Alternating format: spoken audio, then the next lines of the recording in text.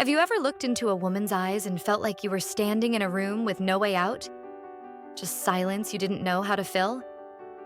I meet men like that every week. Some are divorced, some still wear wedding rings that no longer mean anything. And they all ask the same question: why doesn't she want me anymore? I'm not a therapist. I'm a legal escort based in Australia. And for over a decade, I've sat with men who finally stopped hiding. What I've learned is this: most of them were never taught how female desire actually works. Not physical techniques, but how to awaken real longing. Today, I'll show you what that means. Not in theory, but from what I've seen again and again. If you're ready, click like, subscribe, and leave the word love below. I want to know who's still listening. There was a man once late 50s, Rolex on his wrist, silk shirt tucked just so. He came in with the confidence of someone who owned property, companies, and probably a golf cart. But when we sat down, he looked like a man holding a map upside down. Charming, yes. Polished, certainly. But completely disoriented by the presence of a woman who wasn't reacting the way he expected. He complimented me, told a joke, offered me a glass of wine. I smiled. He paused, then tried again, this time with a story about his travels. I listened. He paused again. Finally, he blurted out, "I just don't get it. My ex used to want me all the time. And then she didn't. Overnight." It wasn't overnight, but that's how it often feels to men. Because female desire doesn't follow the same rhythm as male desire. It doesn't live on a schedule or respond to strategy. It's not a tap you turn on, it's a tide. You learn to read it, not control it. And most men were never taught that difference. They think something is broken, either in her or in themselves. But nothing is broken. The truth is simply buried under years of misunderstanding. And I've sat across from enough men to know, once they begin to understand this, everything else starts to change. How they touch, how they wait, how they ask, how they listen. That man with the Rolex? By the end of our time together, he looked more like himself. Less like someone trying to win, and more like someone willing to see. And that's when things start to shift. Not just between him and women, but between him and his own sense of worth. Let's start there. Not with how to please a woman, but with how to unlearn what never worked in the first place. Let me tell you about another man, quiet, gentle, a retired architect with soft eyes and steady hands. He booked 2 hours, not for anything specific, he said, but just to feel connected. He hadn't been with a woman since his divorce 5 years earlier, and the word sex made him nervous, like it was a foreign language he'd once known but forgotten how to pronounce. We sat, we talked, we laughed a little. But when I placed my hand over his, I saw it, the shift. He flinched, not from discomfort, but from fear. Not of me, but of doing something wrong. Of moving too fast. Of not knowing the rules anymore. And that's where so many men find themselves. They want closeness, but they're lost in how to begin. The truth is, for most women, desire doesn't begin with the body. It begins with the nervous system. If she doesn't feel safe, she won't feel turned on. Not because she doesn't want to, but because her body won't let her. Think of it this way. Arousal in women is like a volume knob, not an on-off switch. And before the music starts, the system needs to relax. That's not a mood, it's biology. This is why dim lighting, soft music, or a cozy space matters, not as seduction tactics, but as environmental permission. They help her body let go of its armor. And when her body lets go, desire has space to rise. But safety isn't just about the room. It's about you. Are you paying attention? Are you fully here? Do you respond or do you perform? Women don't need men to impress them. They need men who make presence feel possible. That architect? He didn't need to learn new moves. He just needed to sit with me, unguarded, long enough for his breath to slow and for mine to meet it. And in that moment when nothing was forced and everything was allowed, something opened. That's how it works. Female desire isn't an achievement you unlock. It's an invitation you create through quiet, through patience, and through the kind of attention that doesn't ask for anything in return. So, if you've ever wondered why she didn't respond, even when you did everything right, it's probably not because she wasn't attracted. It's because her body hadn't arrived yet. And until it does, nothing else can begin. He was a tall man with a gentle voice, a widower in his early 60s. Before we even sat down, he apologized for not knowing what to say. I told him that was fine. Most men don't. And then something happened that surprised us both. He asked me a question. Not a crude one. Not a strategic one. Just a question most women rarely hear from men. He asked, "What do you find interesting about the people you meet?"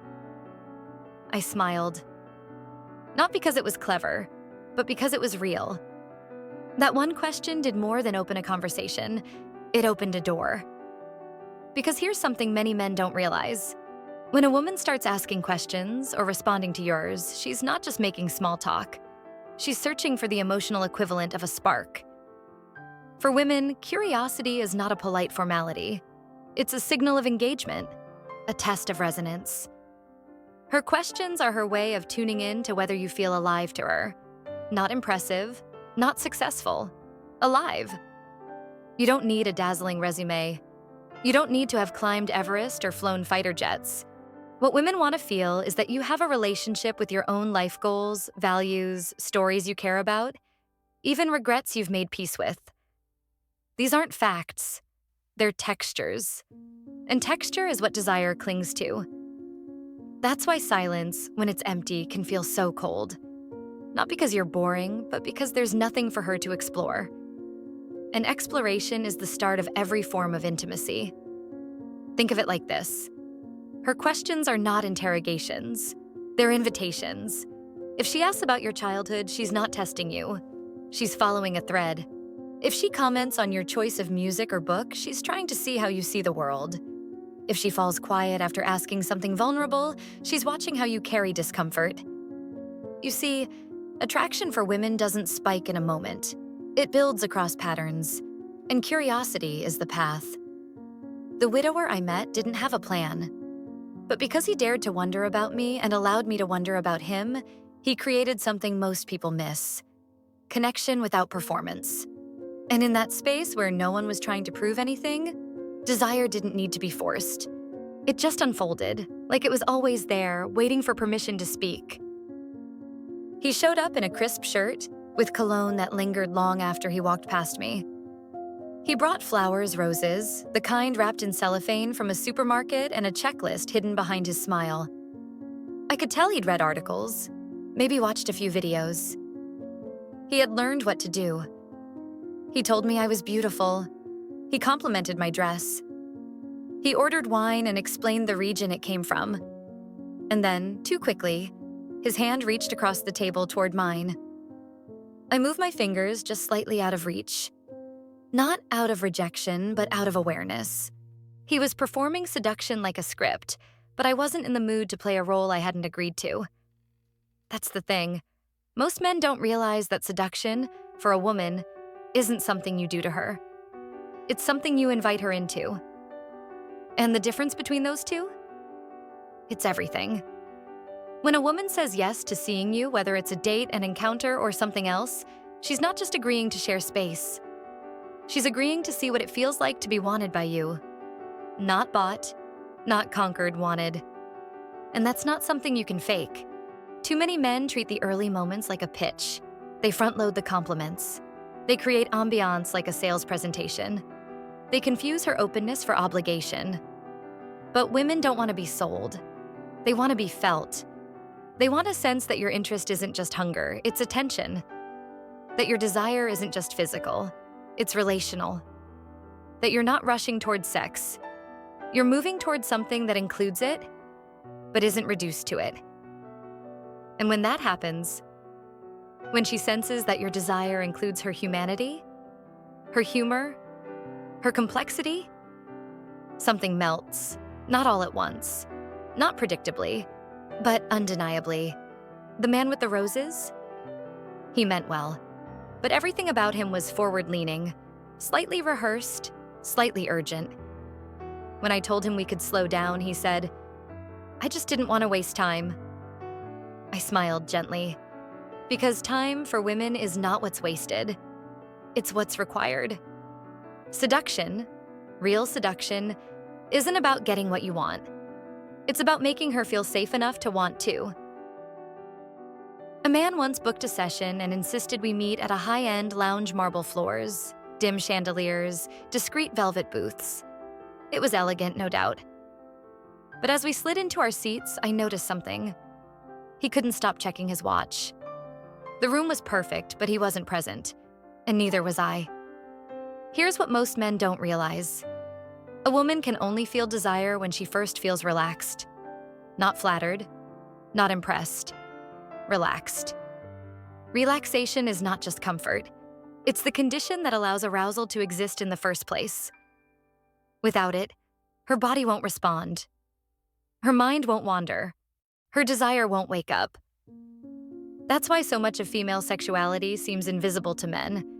It's not that it's absent, it's that it's hiding behind tension. And tension is often the uninvited guest at your most carefully planned date. It doesn't matter how expensive the wine is or how curated the playlist sounds. If she had to walk 3 blocks through a loud street, dodge aggressive stares, or wonder whether you'd be kind, she's not relaxed. If you're distracted or overprepared or holding your breath hoping things go well, she's not relaxed. And if she's not relaxed, she cannot feel turned on. Not truly, not safely. I've seen men invest so much in the atmosphere thinking candles or music or soft chairs will do the work for them. But it's not the room that creates the vibe. It's the energy in it. It's whether you give her space to breathe without judgment, pressure, or expectation. One man I remember had no special setup at all. We sat in a quiet cafe, nothing fancy. But he listened. Really listened. No interruptions. No jumping ahead. No subtle hints toward where he hoped the night would go. And by the end of that hour, I felt more open, more at ease, more drawn to him than I had with men who'd spent 10 times as much trying to impress me. Because what created desire wasn't luxury. It was the absence of tension. It was the calm between words, the kindness in his silence. If you want a woman to say yes with her body, help her first say yes with her breath. And you don't need money or lines or plans for that. You just need to slow down. That's where real intimacy begins. Not in the moment things turn physical, but in the moment she stops bracing herself. He was polished, articulate, the kind of man who never stumbled over his words, never let a silence last more than 2 seconds. And yet, halfway through our conversation, I felt like I was speaking to someone behind glass. He asked all the right questions, laughed at the right moments, even complimented me with precision. But something was missing, and it wasn't chemistry. It was risk. The risk of showing up as himself. So many men confuse confidence with composure. They think being in control, being smooth, being unshakable is what women find attractive. But in truth, what most women crave, especially after 50, is not perfection. It's presence. The kind that only happens when you're not hiding behind performance. Because for a woman, safety doesn't mean predictability. It means emotional honesty. It means knowing that when she shows something real, fear, excitement, desire, even doubt, you won't look away. You won't minimize. You won't flinch. Women don't feel safe because you're perfect. They feel safe because you're human with them. There was a moment in that polished man's story where he almost let something slip. He mentioned a daughter he hadn't spoken to in years. His tone shifted. His eyes dropped. But then he pulled back, smiled, changed the subject. And in that instant, I felt him disappear. What he didn't know is that his vulnerability was the most magnetic thing about him. Not because it made me pity him, but because it made him real. And real is what invites connection. Real is what stirs curiosity. Real is what makes a woman relax and lean in at the same time. You don't have to tell your whole life story. But if you're always 2 steps ahead of the conversation, if you never let yourself be moved, if you never pause long enough for her to feel your presence, she won't feel safe. And if she doesn't feel safe, she won't feel desire. Not the kind that changes you, not the kind that changes her. So let go of the idea that you have to impress. Let go of the act. Because the moment you stop trying to be enough for her is often the moment you finally are. There was a man I saw twice. The first time, he arrived with a quiet kind of tension. He didn't speak much, but his eyes darted constantly over the room, over my hands, over himself. He was kind, even gentle, but he carried the weight of someone who had spent too long pretending not to care. The second time, he walked in slower, sat down without rushing to say anything. And when I asked how he'd been, he said something I'll never forget. I stopped trying to win her. I started trying to understand her. That shift didn't make him weaker. It made him deeper. And that's what this whole conversation is really about. Because when you start to understand how female desire works, not just in theory, but in the way it lives and breathes in front of you, it doesn't just change your relationships. It changes you. You become less reactive. You stop chasing validation and start cultivating connection.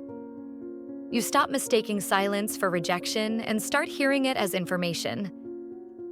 You begin to listen with more than your ears. You listen with your nervous system, your patience, your integrity. And something happens in that transformation. Women feel it. They soften. They trust. Not because you've mastered a set of moves, but because you've come closer to being someone who doesn't need to control the outcome in order to feel whole. I've seen men who spent their lives climbing ladders finally sit down and be with someone. I've seen men who used to speak in monologues start asking real questions. I've seen men who thought they were too old for romance discover that desire never left. It was just waiting for them to slow down enough to meet it. And the beauty is, this kind of understanding doesn't expire. It doesn't rely on youth or muscle or status. It only asks that you show up fully. So, if you've ever felt like you missed the chance to be the kind of man women desire, let me say this gently. That version of desire was never built to last. But the one that's built on awareness, kindness, and presence, that one begins the moment you're ready. And if you're still listening now, I think you already are. Because the truth is, everything I've shared here, none of it requires you to be someone else. It only asks that you return to who you were before the noise, before the pressure, before the years taught you to hold back what made you human. Desire, for a woman, isn't a prize you earn. It's a space you protect, a presence you offer, a rhythm you tune into without trying to lead. So when she leans in, when she softens, when she lets her laughter spill out like a secret, know that it's not because you said the right thing. It's because you stayed long enough for her to stop waiting for the other shoe to drop. This isn't about perfection. It's about resonance. And if something in this story rang true for you, if it made you pause or breathe a little deeper, then I hope you'll do one simple thing. Like this video, subscribe to the channel, and leave the word love in the comments below. Because maybe, just maybe, what you've been searching for has been waiting for you to stop searching and start noticing.